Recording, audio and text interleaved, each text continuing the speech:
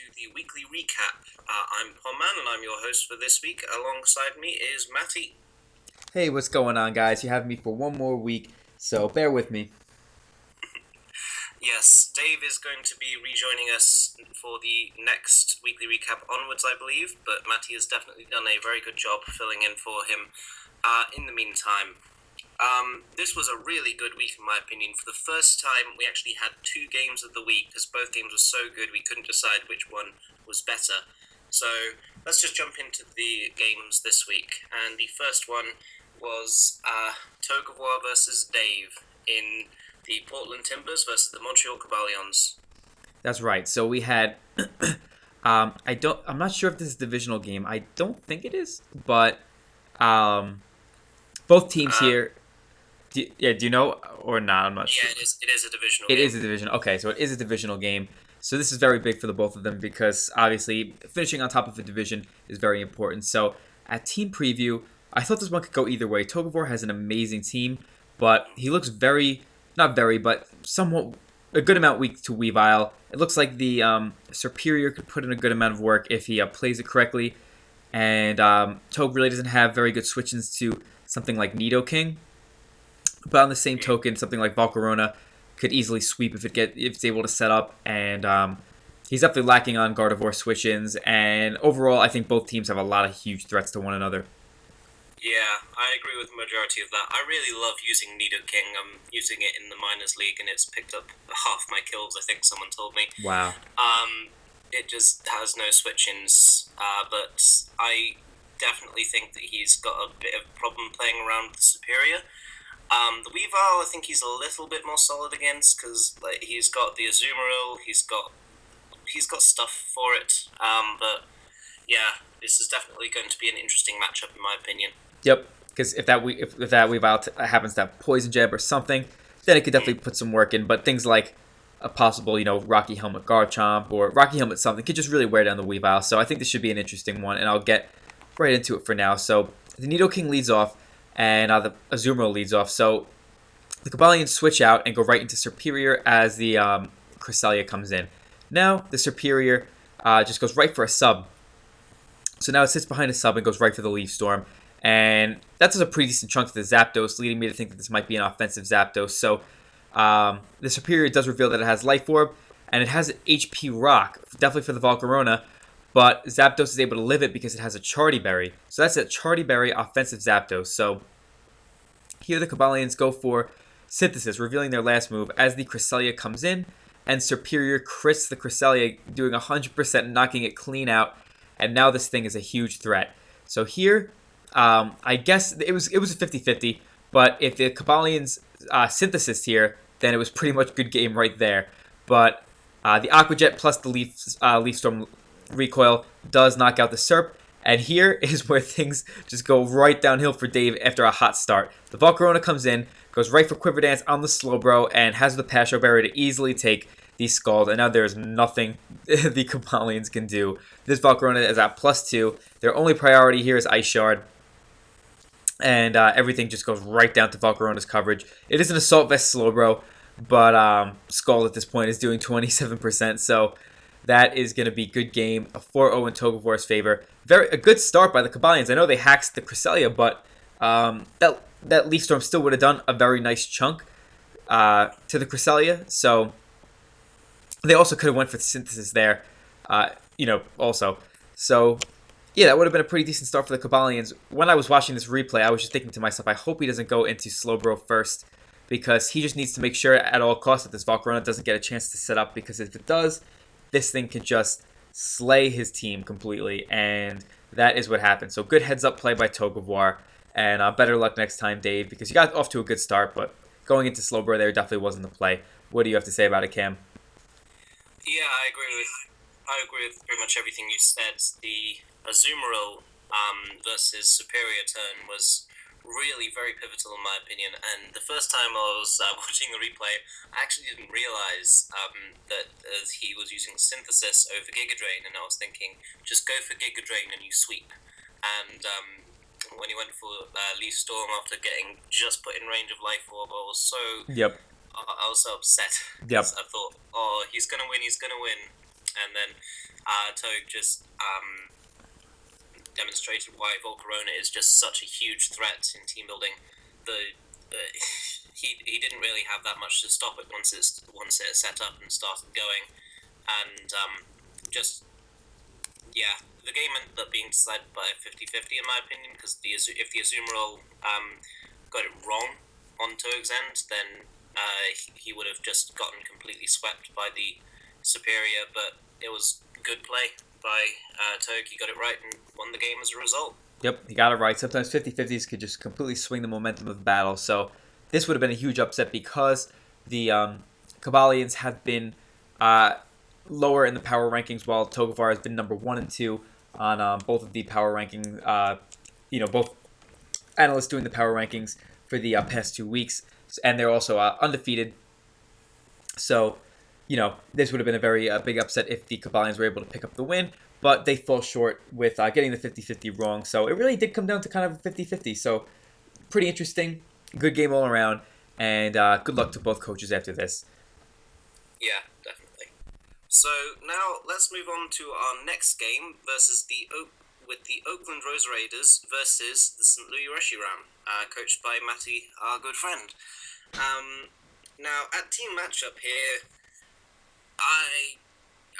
to be quite honest, I didn't really think you had that much of a chance. Yeah.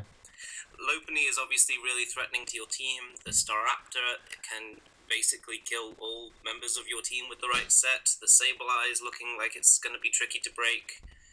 The Infernape is useful against your team. The Vaporeon spreads wishes for the ones that don't have recovery.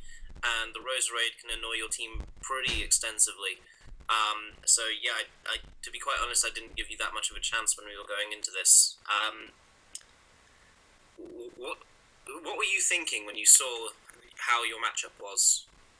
Well, there were some things I was surprised he didn't bring, like Mamoswine. My team had no switch-ins for, and but other No than one's team has any switch-ins for Mamoswine. exactly, Mamoswine is just so good in this type of format. So I looking at it, I was just like, I need to play my Infernape correctly, because if I could play it correctly, then it could really just almost sweep his entire team. So if I could do that, I know that I'll be able to play around the rest of these tricky threats, because I did, prepare pretty well with things like Scarf Azelf that could just, it has pretty much perfect coverage for his team. Just I need to wear certain things down first for it to be able to sweep.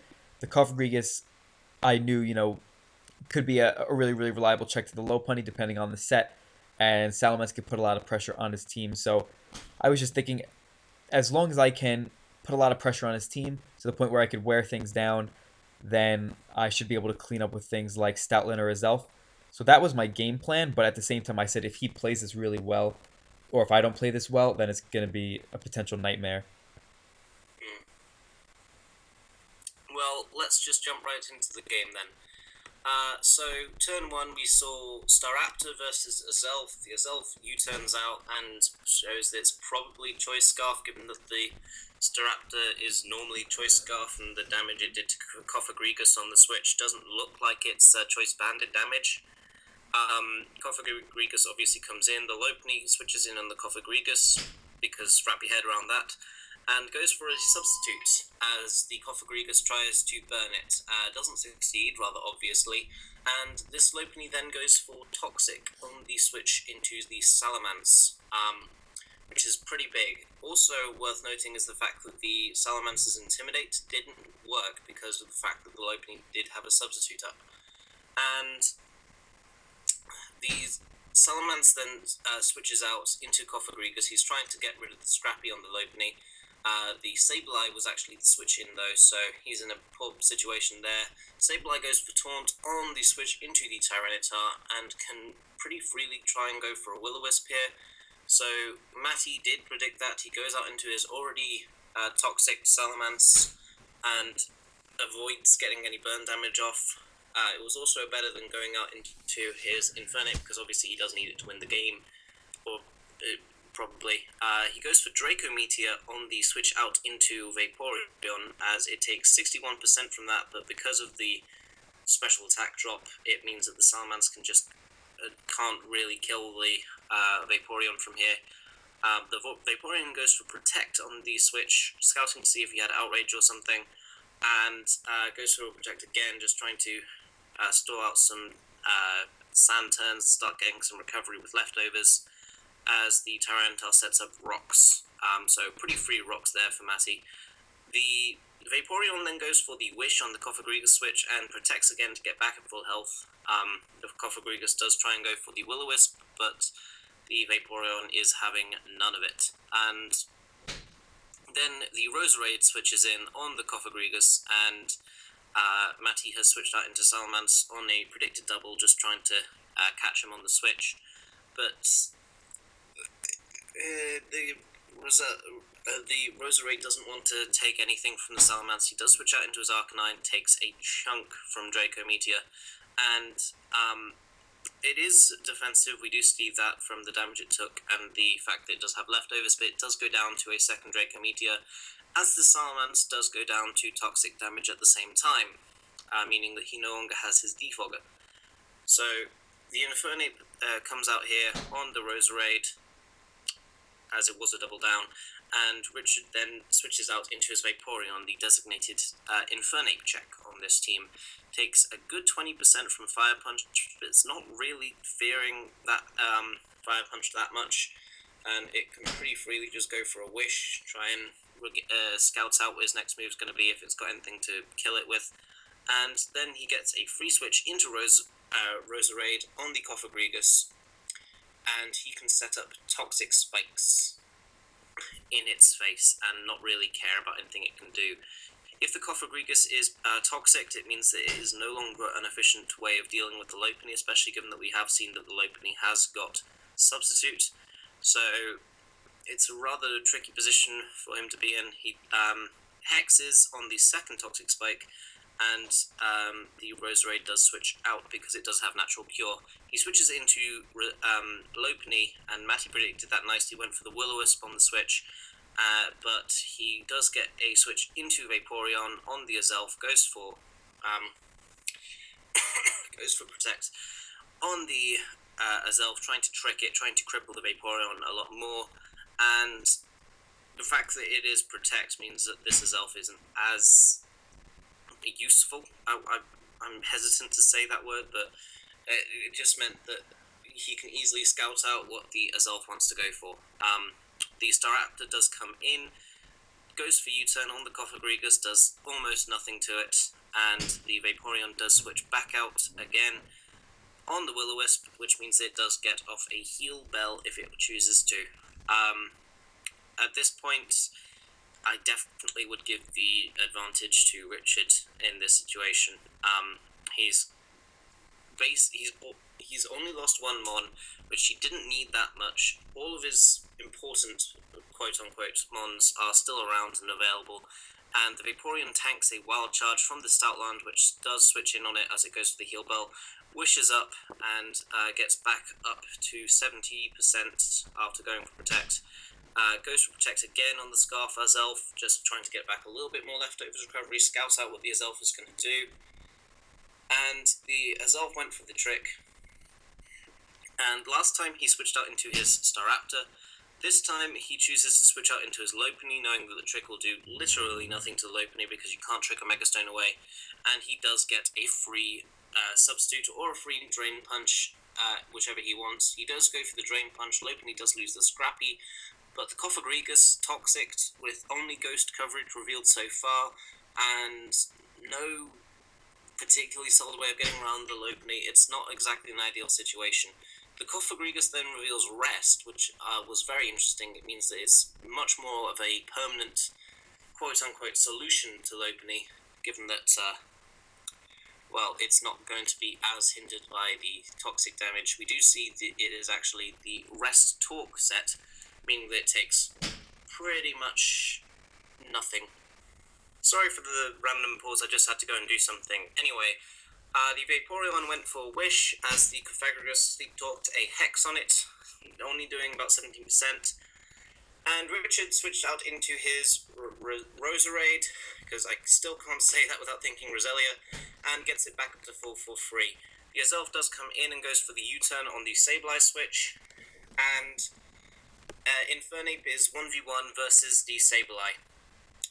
It goes for the Swords Dance, as Sableye does go for the knockoff, getting rid of the Infernape's Life Orb, and the Infernape at this point goes for the Fire Punch, just trying to see how much damage he can do to the Sableye, and he can do a good solid 72%.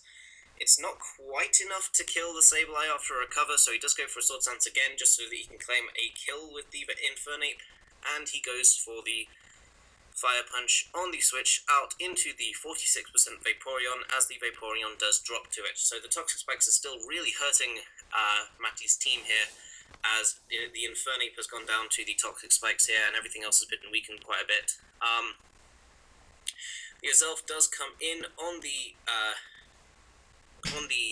Staraptor, and goes for Dazzling Gleam, as the Staraptor just goes for the Quick Attack, getting some damage off on the Azelf, and in comes the Roserade, because we've already seen that this is a Choice Scarf Azelf, and the Roserade doesn't really care about anything that it can do to it if it's locked into Dazzling Gleam. Goes for Leech Seed on the Tyranitar switch, so all this this chip damage is racking up on the Tyranitar at this point. Leech Seed, Toxic, and the Roselia is getting back up to pretty decent levels of health after each turn, going for Giga Drain and the Leech Seed recovery that is getting. The Cofagrigus comes in, he crits the Cofagrigus with the Giga Drain, which mattered because it wouldn't have been a 2-hit KO without the crit, and the Cofagrigus does go down to the second Giga Drain. Now at this point, I really did think you had no chance, Matty. The Stoutland does come in on the Roserade, goes for Play Rough, predicting the switch out into one of Sableye or Lopunny, as the Roserade actually just stays in and goes for Giga Drain, knocking out the Stoutland, and the Sand is gone, and the Azelf comes in and goes for Psychic as the Roserade stays in. And at that point, I kind of think that was a choke, and I'll just explain that for a moment. If he sacked his Lopunny from there, then Matty would have been choice locked into either Dazzling Gleam or Psychic. If he was locked into Dazzling Gleam, the Roserade could come in for free and just go for Giga Drain, get a kill on the Tyranitar, and the Azelf pretty much has to trick, so you can just Sludge Bomb it twice and kill it. If it doesn't trick, it can't kill you with Dazzling Gleam, and while it will kill you with Psychic, it will be locked into Psychic on the Sableye switch. And a similar chain of events would have happened if he went for Psychic that turn, as he did, as the Sableye comes in, is immune to it, you can just knock off on the Tyranitar switch, and then, again, it's last one, Choice Scarf Azelf versus Sableye and Roselia, so not exactly a winning scenario, but he does sack off his Roselia, and the Tyranitar does come in here, as the Sableye does go for the knockoff, just getting rid of its Chopper Berry. The Tyranitar goes down after doing, 35% to the Sableye. Just do toxic damage again, as it's now last one Azelf with Dazzling Gleam against a Dark type and a Fighting type. And the Dazzling Gleam does a solid 85% to the Sableye, and it can just clean up the rest of this game. And that was a really amazing game, and I really was surprised that you managed to pull out the win in that one, Matty. Yeah. Yep, that was the game that I should have lost. I definitely acknowledge that if I played my Infernape better, if I tried to set up earlier on the Roserade and made, more of a, I guess, ballsy play, I would have been in good shape to wear down a lot of his team like I had originally planned. And also the Salamence, if I had kept that around, because I did have switch into an Arcanine that was that low, then Salamence could come in later, just pressure his team, and Defog would be fantastic because, as you can see, those Toxic Spikes really, really did wear me down. So, had I not played those so poorly, I think I could have pulled a win, but, thankfully, I was able to make some decent plays, and Richard, made the wrong play at the end by keeping his Roserade in on the Psychic, which was my only chance to win. That's why I had to go for the Psychic instead of trying to make any type of prediction. And, yeah, that's just how it went. Yeah, I think that, honestly, I think Richard played almost flawlessly up until the turn came when he sacked his Rosalia. Roserade, not Rosalia. Yep. Ugh, I'm never gonna get that right, am I? As up until then, he'd been playing pretty much a flawless game. I don't really remember any big misplays on his part. Maybe just not using a Staraptor as brilliantly as he could have, but I mean that's not exactly a huge complaint. And then that one turn, and I think it was just.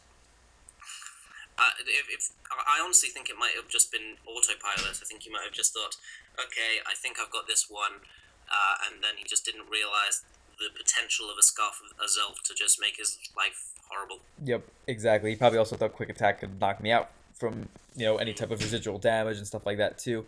So it might have been the pressure of the moment. All those different types of things probably did factor in. And the thing was like any play in this game, most plays that I maybe outpredicted him on were totally mitigated by the matchup. So if he had only played played that out correctly at the end, then I really just didn't have a chance. So I'm just really thankful that I was able to get the win here because that was one that I should have lost. It happens to all of us. I think Richard just bounces back and tries his best to win the next game instead. Absolutely, he's got a great team. Next game between the Atlanta Braviaries and Manaphy City.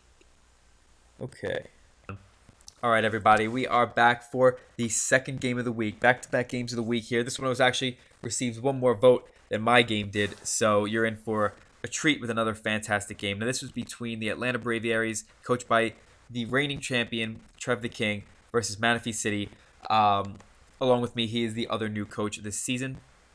And his team is a very, very nice mix of bulk and power when he has things like Dragalge with adaptability, things like Darmanitan, which has a ridiculous attack stat coupled with sheer force and things like that. And then he's got some really, really solid bulk. He's got great natural bulk all around. I mean, Darmanitan doesn't have good bulk, but has really high HP. Dragalge has pretty solid bulk.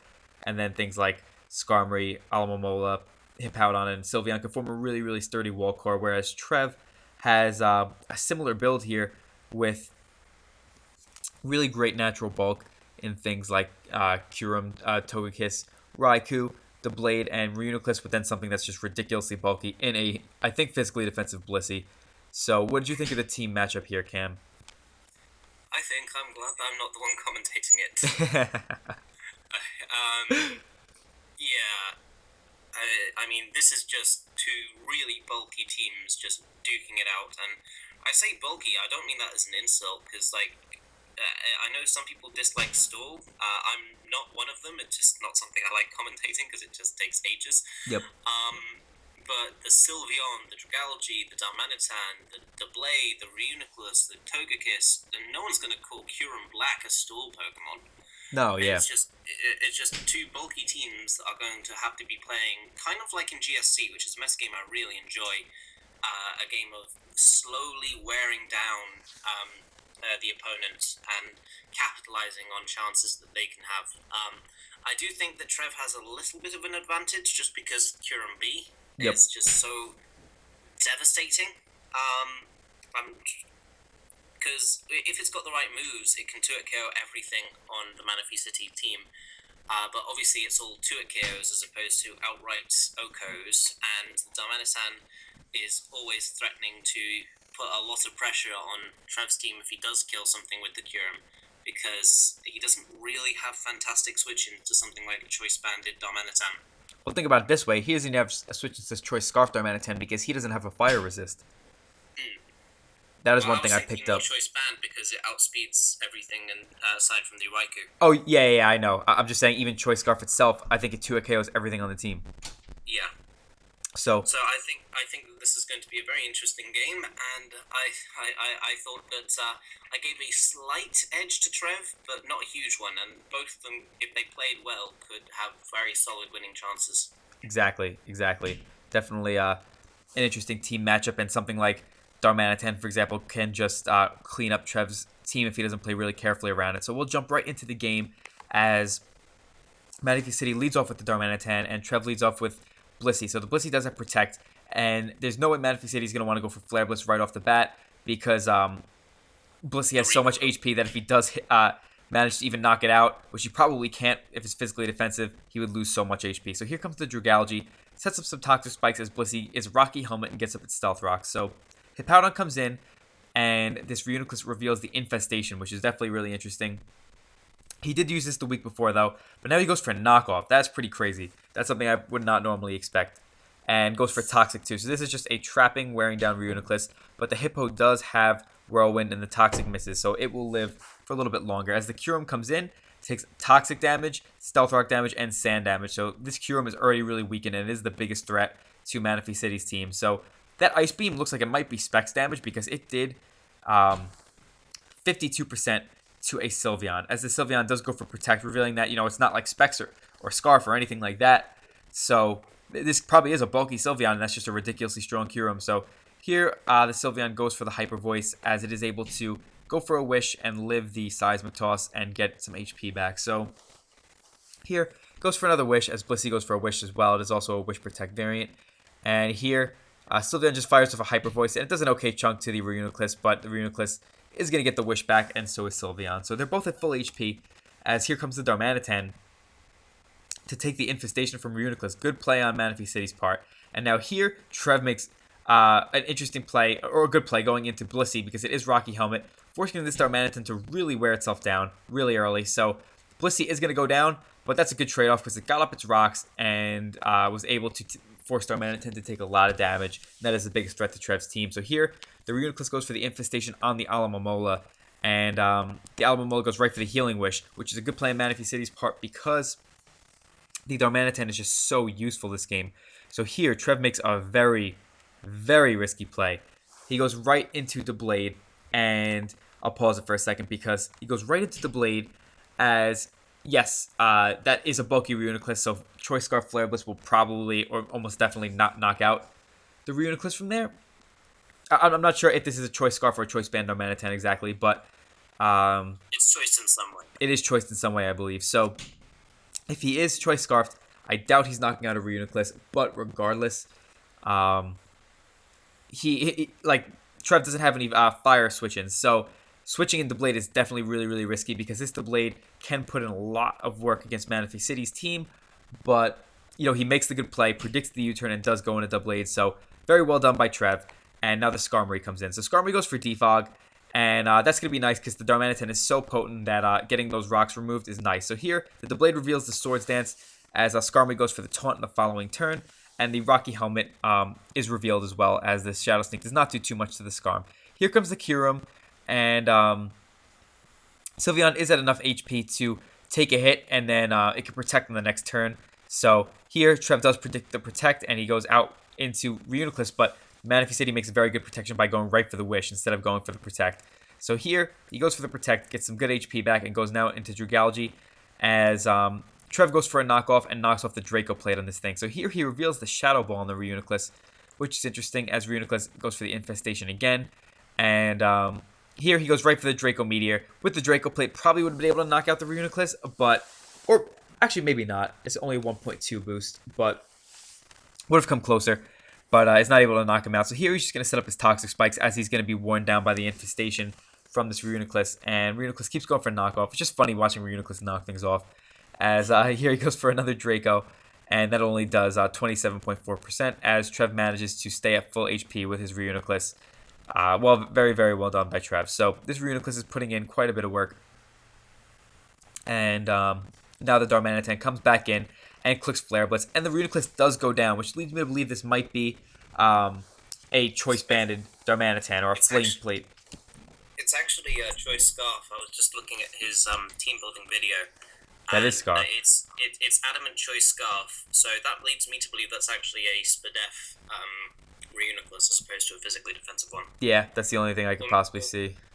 Or maybe it was EV'd for Jolly Scarf as opposed to Adamant Scarf, because it is Adamant Scarf. Yeah, definitely. I would think that that it had to be Adamant Scarf, because I mean I know Reuniclus's physical defense isn't that good, but its HP is just amazing.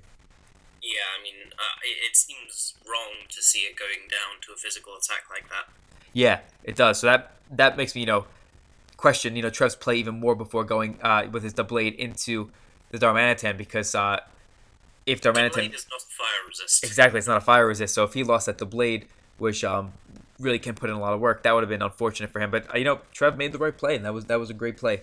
So can't take anything away from it. Just I that was really risky. So here Yeah. the Skarmory comes in on the Togekiss and takes very little from the Air Slash and is able to go right for the Rock Slide, which was probably for the Zard Y in case he had his Sturdy intact or something like that, which is definitely a very nice touch there. So here he goes for the taunt as the Kyurem comes in and gets to fire off one more powerful Ice Beam as it goes down. And now the Sylveon is very, very weakened. So here comes the Togekiss and goes for the Air Slash, but does not get the flinch. So here, the Blade comes in on the Sylveon. The Sylveon is at 64%, and he does switch out here, not wanting to take an Iron Head, but he actually reveals Toxic on the Blade. So he Swords Dance, Shadow Sneak, Toxic. So now the Rock Slide goes off, and this Togekiss does reveal the Fire Blast. So maybe this is a Scarf Togekiss or something like that. It might be choice, it might not be, I'm not sure. But it does have the Fire Blast coverage as Darmanitan comes in, gets 2 kills on the Togekiss and the Raikou. And now it's just down to Hippowdon and Sylveon versus the Blade. And the Blade reveals Magnet Rise. This was genius on Trev's standpoint because now he can just SD up and Sylveon can't really touch the Blade too much. The Hyper Voice does do 30%. But now he is in range of another Shadow Sneak. And now Trev is just able to... The Hippowdon cannot touch it because it does not have another attacking move outside of Earthquake. So here, he just goes for the Slack Off as Trev does Toxic it, and there's nothing he can do now because the Blade does outspeed the Hippo, and he can just continue to Swords Dance up and Shadow Sneak and whatever he wants to do until the Hippowdon is worn down. So fantastic preparation by Trev, and very good at preserving his win con towards the end. That's why I was saying before that was such a risky play with the switching in the Blade to the Darmanitan, because had he lost his Blade, then I'm not sure he would have been able to pull this win because that Darmanitan was just knocking everything out clean. So great job by Trev. He manages to move on to 2-1, and Manaphy City, very, very excellent job. Really, really great game against the reigning champion. Sometimes I guess this is something that him and I will have to deal with, being completely new to this type of format. I'm not sure. He might have played in the minors. I'm not 100% sure. I think he did actually. But if not, then he's dealing with, I guess, the same situation as I am, just being new to the league. Sometimes you don't foresee these things. Sometimes you're good at preparing with your own Pokemon, but sometimes you don't foresee what your opponent might bring. You don't see Magnet Rise to Blade because Magnet Rise to Blade. Yeah, exactly. Just because Magnet Rise the Blade in itself. So, great job on Trev's part preparing, and Manaphy City played a great game. What do you have to say about that, Palm? I can completely understand why he wouldn't have prepared for Magnet Rise, considering that he does have the Sylveon, he has the Alomomola, he has the he has the Darmanitan. I'm more confused now that I see what the Blade set is, that he'll almost let it take a Flare Blitz. Right.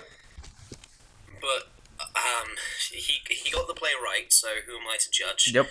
I would have personally thought that it would have been safer to go into Togekiss or something like that, considering they didn't really do that much versus the Manaphy City team. Yep. I mean, it obviously beat the Skarmory and stuff, but I don't know. I was really impressed by the way that both teams managed to play around the huge threats to them, the Kyurem and the Darmanitan. Because obviously, while the Darmanitan got 3 kills, it was it only did so because of Healing Wish Alomomola. Again, something that frankly you don't see ever. Yep. And it got. Correct me if I'm wrong. No, it got 1 kill before then, which was on the Blissey. Yep. Which basically sacked itself to kill the Darmanitan. And the other 2 kills were after he revealed great preparation to bring the Darmanitan back. And he played around the Kyurem pretty excellently as well, going for the Wish when he could have gone for Protect on the Sylveon, just make sure he's at a good amount of HP next time. And yeah, I mean, I was just really impressed by this game in general and how both players played, and it just came down to Trev seeing something that I don't think anyone else has seen in Blade's moveset. Yep, exactly. I was really impressed by that, and knowing that it could come down to the Blade Hippo situation to the point where he He sped crept Powdon and stuff like that. So really excellent job. And now that I watched this game, I definitely think that this was probably the rightful game of the week because mine did come to being a closer game. But just watching it every time, I just see different ways that Richard could have and probably should have won, considering how I played early games. So this one, both players really did make some fantastic plays and show some fantastic preparation. So shout outs to both coaches. That was great. Definitely, I agree with that entirely.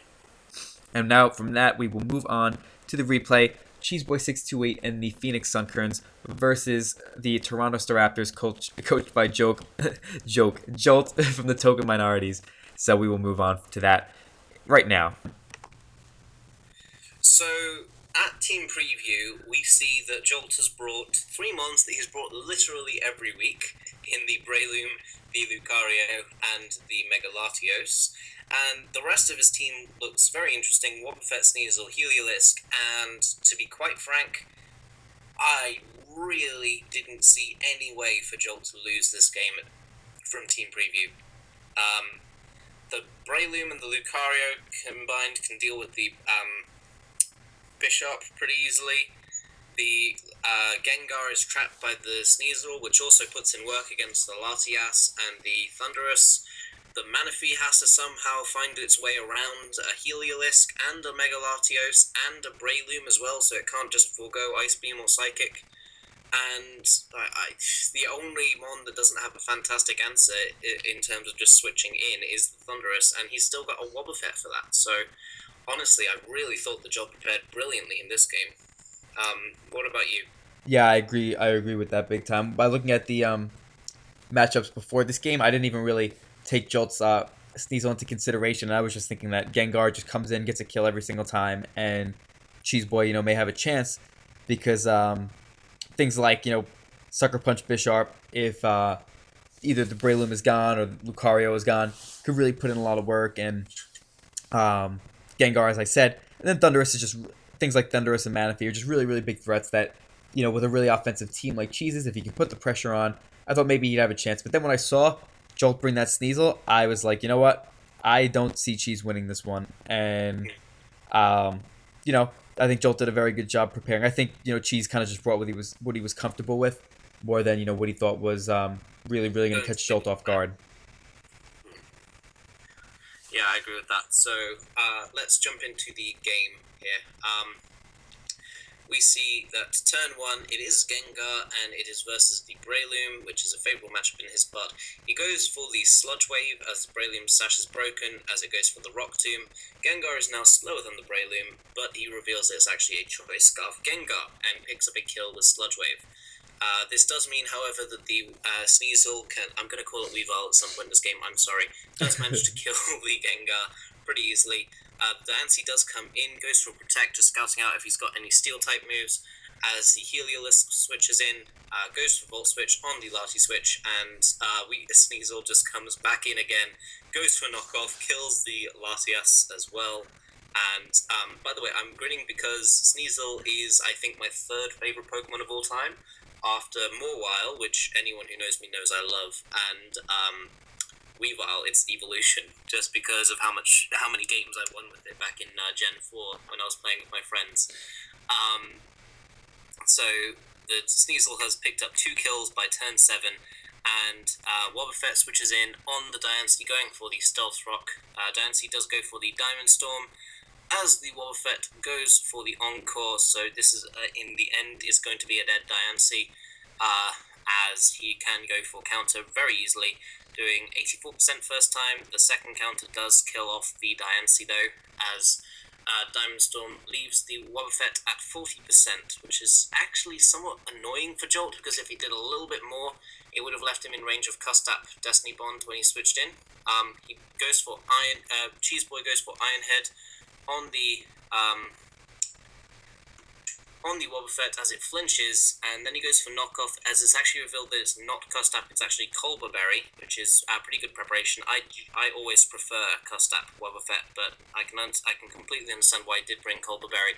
The Lucario does at this point get a free switch in, just to fire off a close combat. The Bisharp goes down, nothing would have switched into that.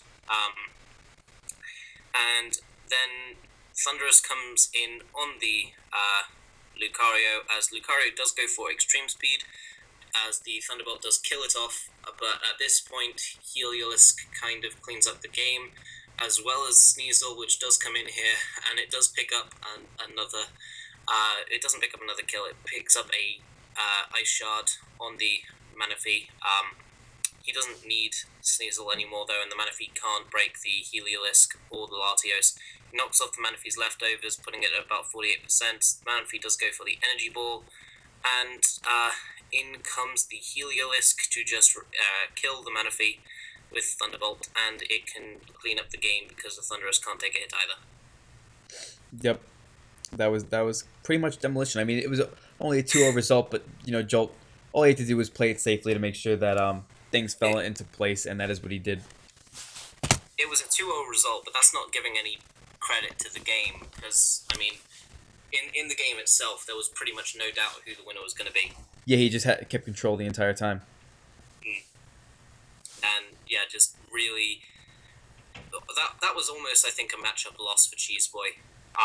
The Sash Breloom bring this Choice Scarf Gengar into range of the Sneasel, the Wobbuffet dealing with the Dynasty pretty much perfectly, the Heliolisk being such a huge threat to his team, the Sneasel picking up 2 kills.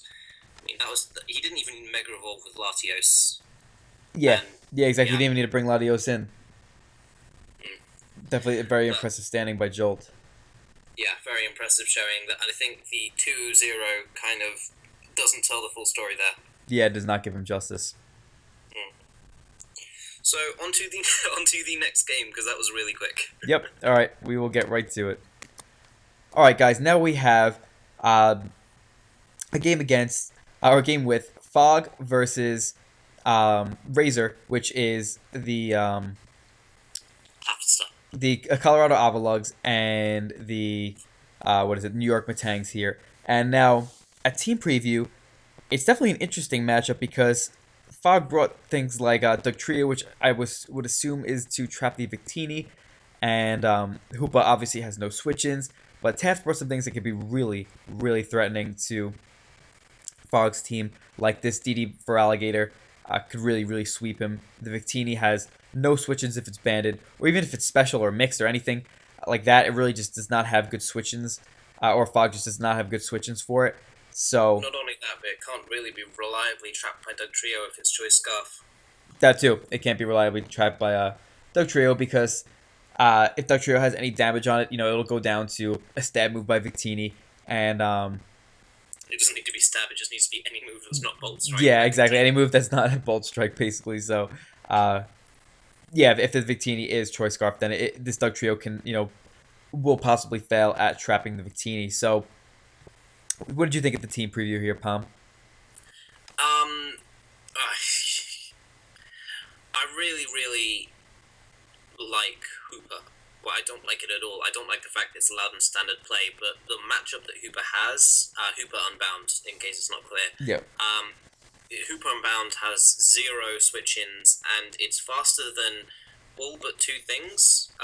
The Porygon 2 can probably avoid the Tuikio just, but like if rocks are up, or if it takes any chip damage, or if it's burnt or anything, I wouldn't be comfortable relying on Porygon 2 to deal with Hoopa at all. And not only that, he's got a bunch of threatening breakers. Well, not a bunch, but he's got another threatening breaker in the Entei. Klefki Spike support is always amazing, and he's got the Mew, which I personally think is arguably the best Pokemon in the format. So I really did think that Foghorn had really good chances to win in this game, but at the same time, something like Offensive Trick Room from the Hoopa and maybe the Victini as well, I thought that could be really threatening. Scarf Victini also has 0 switch-ins. Well, kind of the Rotom Wash, but it's not going to last long as a switch-in. Yep. The Venusaur, we all know how bulky Venusaur is. And of course, the Dragon Dance for Alligator is always very threatening. I gave a slight edge to Fog in this game. Yep, me too. But just I think that's pretty much just because I think Hoopa U is unbelievably good. Yeah, I mean Hoopa Entei, you never know what Mew's gonna do, and then Trio to trap the most threatening thing to his team as well. Yeah, exactly. Yeah, and then like a hazard stack here is definitely pretty possible between the Klepke and the whatchamacall, the Mew, and he has good switch-ins, well, a good switch-in Rotom to the Donphan to keep pressuring that thing, so it's hard for it to keep spinning off hazards reliably. So I just think that Fog can put a lot of pressure on, but at the same time, Taft's team or Razor's team, either one, he goes by Taft and Razor, could just, same thing, just really, really pressure Fog's team. So we'll get right into this match as the Rotom Wash leads for the Avalugs, as the Porygon 2 leads for the Batangs, and the Porygon 2 gets Trick Scarfed right away. It loses Eviolite and gets the Scarf as it's locked into Thunder Wave, as here the Rotom Wash is able to go right for the Volt Switch into Dugtrio as it's locked into Thunder Wave. So now the Dugtrio could just keep going for Earthquake. I think that, maybe after he got tricked, he should... I mean, I know the Porygon would have been kind of useless, but maybe he should have gone into something else, like Venusaur or something. I don't know. Because now the Porygon just got completely uselessly trapped. And now the Venusaur comes in, gets his Mega off as the Klefki comes in, and he actually goes for the Amnesia on the Venusaur, which is really interesting. And Klefki goes right for the Thunder Wave and gets the full power. So Fog's definitely getting a little lucky there, as he gets another full power, switching into his Entei. Here he goes for the Sacred Fire, and the Venusaur goes for the Synthesis. So now he gets a lower roll on the Sacred Fire, and the Venusaur gets paralyzed again. And here he gets even luckier by critting the Venusaur, a huge threat to his team. And now the Donphan comes in, and he goes for the Gunk Shot. It actually does a lot to the Rotom, because the Rotom is offensive, I'm assuming. And here the Rotom goes for the Hydro Pump, does hit, as Donphan goes for the Gunk Shot, but misses the second one. So he's really just not getting lucky right now. He goes for the Ice Shard to get some little more chip damage, but the Hydro Pump does connect and does knock him out. So Fog is in a pretty nice position as he is up 6-3. But here comes the Victini and goes for the Energy Ball. So that's interesting, because we see the Energy Ball there, and here Dugtrio goes for the Earthquake, but there's actually a Shuck of Victini, so he did prepare well for the potential Dugtrio coming to trap it. He's not Scarf like we thought he might be. He actually is Energy Ball, and this Dugtrio is not Sash. It actually goes right down to the Energy Ball. So very good preparation on Taft's part and the New York Matang. So here, this Victini does pick up a KO, and now the Entei comes in. So Victini goes for U-turn, as it does reveal that it is mixed, and goes into the Feraligatr, as Entei goes for the Banded Stone Edge, which does a ton to the Feraligatr, and now it goes for Waterfall, and there's a really, really solid chunk to the Klefki in about 52%, and the Klefki goes for the Reflect, as now the Feraligatr is going to have a pretty tough time breaking the Klefki, but he does go for Dragon Dance to probably burn a turn of screens. And here he goes for another Dragoness, I guess, to burn another one, because the Klefki can't knock him out unless he has Foul Play. But he does reveal that he has Psychic, which is probably for that Toxicroak. And here he goes for the Waterfall. So now here the Entei comes in, and the Entei misses the Sacred Fire. So he missed the Sacred Fire. That completely changes this game, because now Hoopa comes in, goes for the Hyperspace Fury, and reveals that he is a Life Orb Hoopa, and now does not have any speed left on his team. No more speed control. Here comes the Mew on the Victini, but the Victini can safely U-turn, because U-turn would KO the Hoopa from there. And what a change of ties in this game, because now the opposing, I believe, Scarfed Hoopa for the Matangs comes in, and the Mew is not able to roost off the Shadow Balls, even though it is a specially defensive Mew.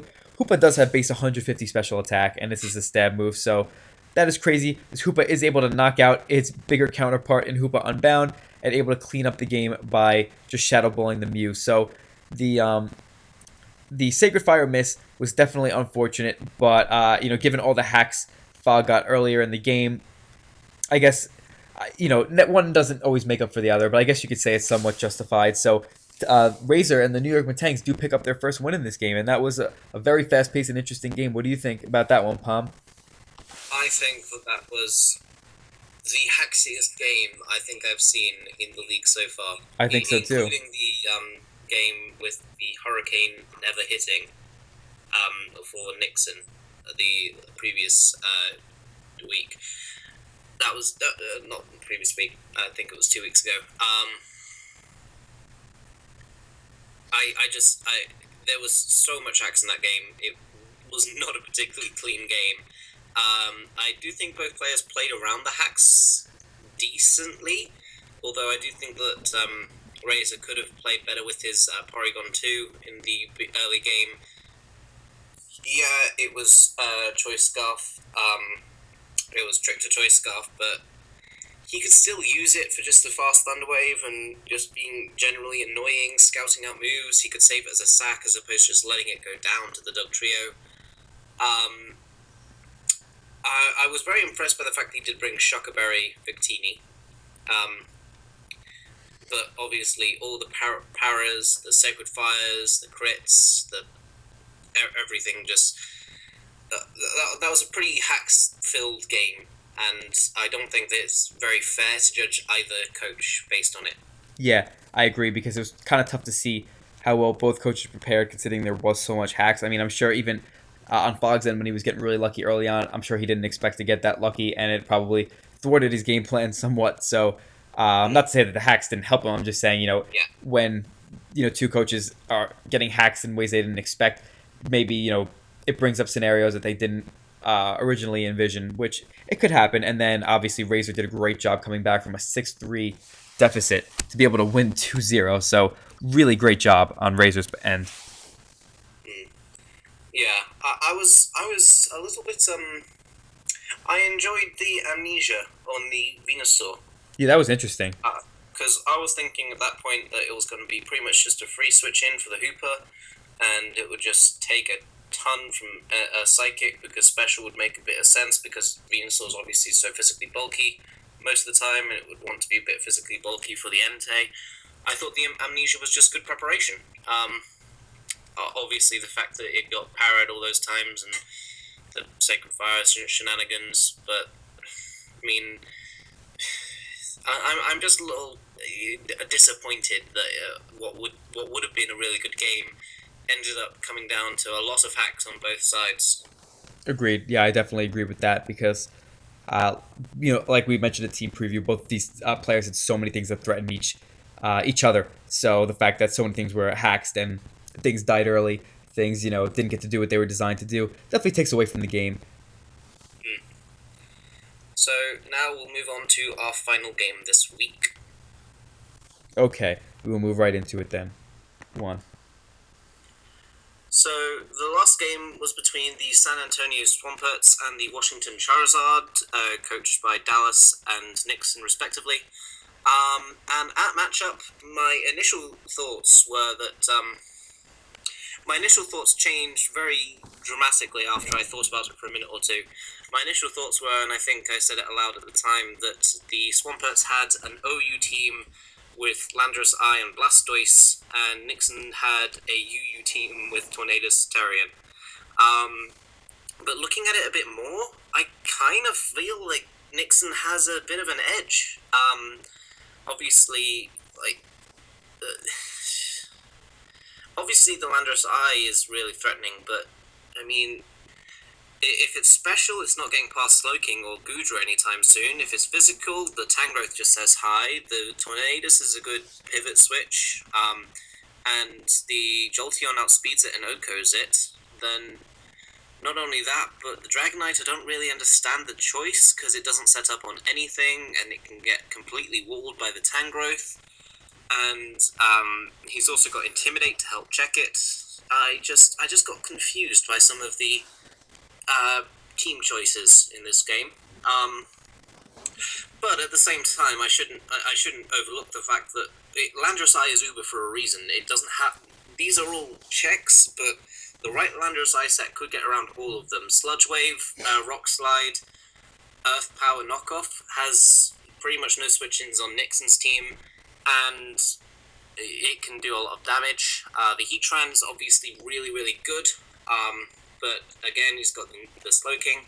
I don't know. I just feel like Nixon had a bit of an edge here. What about you? Yeah. I agree. Just because I was looking at Dallas's team, and at first I really thought that he had one of the best drafts in the league, and he very well might. But the thing is, I'm just starting to think that a lot of his team just doesn't synergize and mesh well together. Not that doesn't mesh well together at all, but I just think that there are better ways that he could either mesh a team of different Pokemon or even these Pokemon he could bring combinations that just work better together. They work all as a team to get the same job done. So Yeah. that is what I think that he might be struggling with a little bit now. The fact that he's 0-2 with so many huge threats, I find to be a bit surprising, and he is a very, very good player. So, looking at the team matchup, I do think that the Swamperts have, just some generally very, very big threats, but Nixon just seems to have answers to all of them. He really does, and things like Crocodile just have no switch-ins pretty much. I could see Jolteon sweeping that game as well. Yeah, Very Jolteon could easily clean up, and Gudra is a huge threat because the only Dragon resist is the Heatran, which could easily get, Gudra could get past that with things like Surf or Earthquake, and yeah, the Tangrowth just puts in work here. The Tornadus with the right moveset could just go crazy all over the Swampert. So I do think that Nixon. What was that? Provided it hits. Provided it hits, exactly. So Tornadus has the potential to do that. Will it? I guess we'll find out.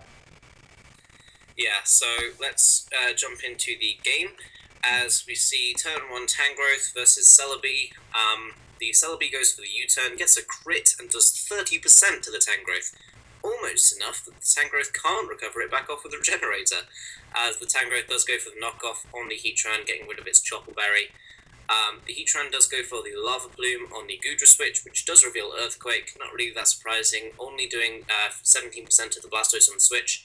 It does dodge a Toxic, as the Blastoise takes a Thunderbolt, and at this point the Gudra goes for the Dragon Pulse, knowing that it'll Loco the Blastoise from that range, and catches the Celebi on the switch, does 35%. Now the Celebi again goes for the U-turn. This isn't racking up any damage though, because the Tangrowth does have Regenerator, it's not getting whittled at all. And the Heatran can keep on going for Lava Plume, but it's not really breaking the Slowking either, and again, Regenerate is just such a fantastic ability that the Slowking doesn't really care about the fact that it's burnt and taking damage and everything. The Slowking then reveals the Trick Room, meaning that it's possibly an offensive Trick Room set, as it goes for the Scald on the Celebi switch, does 17% and burns the Celebi. Not really that important considering that the Celebi does have Natural Cure. And the Celebi switches out, scouting for any coverage for it, as the Slowking goes for the Signal Beam on the Conkeldurr. Very well played there by the Swamperts. The Conkeldurr then takes a Psyshock, doing 80%, as the Slowking's Cold Berry is not enough to save it from the knockoff kill, and the Tangrowth can come in here and just put in a little bit of work. It kills the Conkeldurr with Earthquake because Conkeldurr wasn't really needed for much, and it was only at 11%. It wasn't going to do anything for the rest of the game. The Landorus comes in and goes for the Rock Polish, as the Yachi Berry is knocked off by the Tangrowth, and it goes for the Sludge Wave on the Tangrowth, and that is a Assault Vest Tangrowth. That is definitely a Assault Vest Tangrowth. It doesn't take much from that at all. The Gudra then comes in, and a crit Sludge Wave does just under 30%, so Gudra is just so bulky.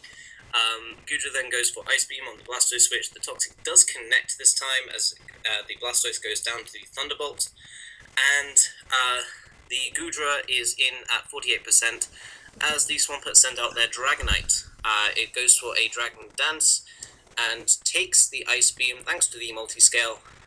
It is not weakness policy though, and it kills the Gudra with the Dragon Claw.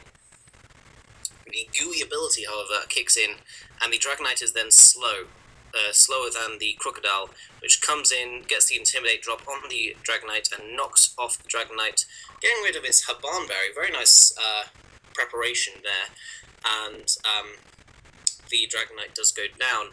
Crocodile can then just pretty freely spam knockoff here, because Celebi is the switch-in. Crocodile then picks up another kill on the Heatran with Earthquake, revealing it is not choiced, and the Landorus can then come in. It can't kill the Crocodile from that range, and it's actually slower than the Crocodile, which goes for Aqua Tail and kills off the Landorus Eye. So, a rather quick game there, and again, it was just a matter of the defensive synergy was very good on Nixon's parts. The Gooey ability choice was very, very nice, in my opinion, on the Gudra, slowing the Dragonite down enough for the Crocodile to outspeed it and kill it. And his team was in general rather weak to the Crocodile.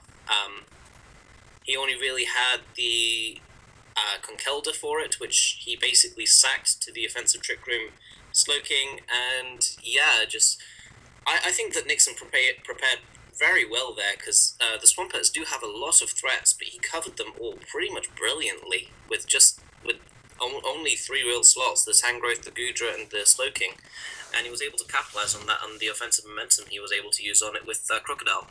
Because two of the mons that we specifically mentioned as potentially doing a lot of work this game were the Tornadus T and the potential for a Jolteon late game speed, and neither of them even came in. Yep, they didn't even come in. That's pretty amazing. Yeah.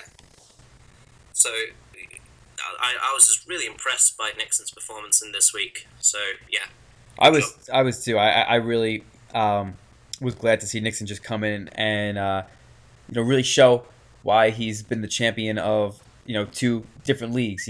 Being two different draft leagues that he's played, and he's won the championship, which is amazing. So he really came in after being 0-2 and just showed. Well, I mean, his last game he did get hacked, so we do not know. Hurricane never hit and Stone Edge missed and all that good stuff. Exactly, he had a lot of misses, so he could have came into this game at 1-1 potentially, but this game he just even if Dallas and the Swamperts did get a little bit lucky, he probably still would have been able to come out on top because he just outprepared the Swamperts and he played well, and this is the type of Nixon that we like to see. So definitely shout outs to Nixon for a great performance. But what I found really interesting was that this Crocodile was even faster than a Landorus Eye. I think that was just because the Landorus Eye was modest. It did reveal Rock Polish. I know. So, I know. But is Crocodile's base speed what is it, 92? It reaches a max speed of 311. I don't know base speed. That is 92. Stuff it reaches. Okay, that is 92. So yeah, maybe that was a Jolly Crook, which was definitely a good call. It must have been a Jolly Crook. It must have been, yeah. Unless Dallas for some reason was running a lot of bulk and not a lot of speed, because when you are running Rock Polish, you could get away with not running a ton of speed just because if you do get the Rock Polish up. I mean, but yeah, there's certain things that you want to outspeed. How slow could you possibly be though? Yep. You can't be too slow, or you're just not going to be able to set up at all. Exactly, and he had the Yachi Berry, so it's not even like he had to worry too much about an ice move picking him off too easily, because Landorus is a pretty bulky Pokemon naturally, and he did have the Yachi Berry too new to that. So definitely a good call on Nixon's part to go with a Jolly Crocodile, because this thing just came in and it was just able to win because he brought the Aqua Tail too, which was nice because Knockoff probably wouldn't have been able to KO the Landorus, being that it already lost its Yachi Berry. So another good touch on Nixon's part. Strong, but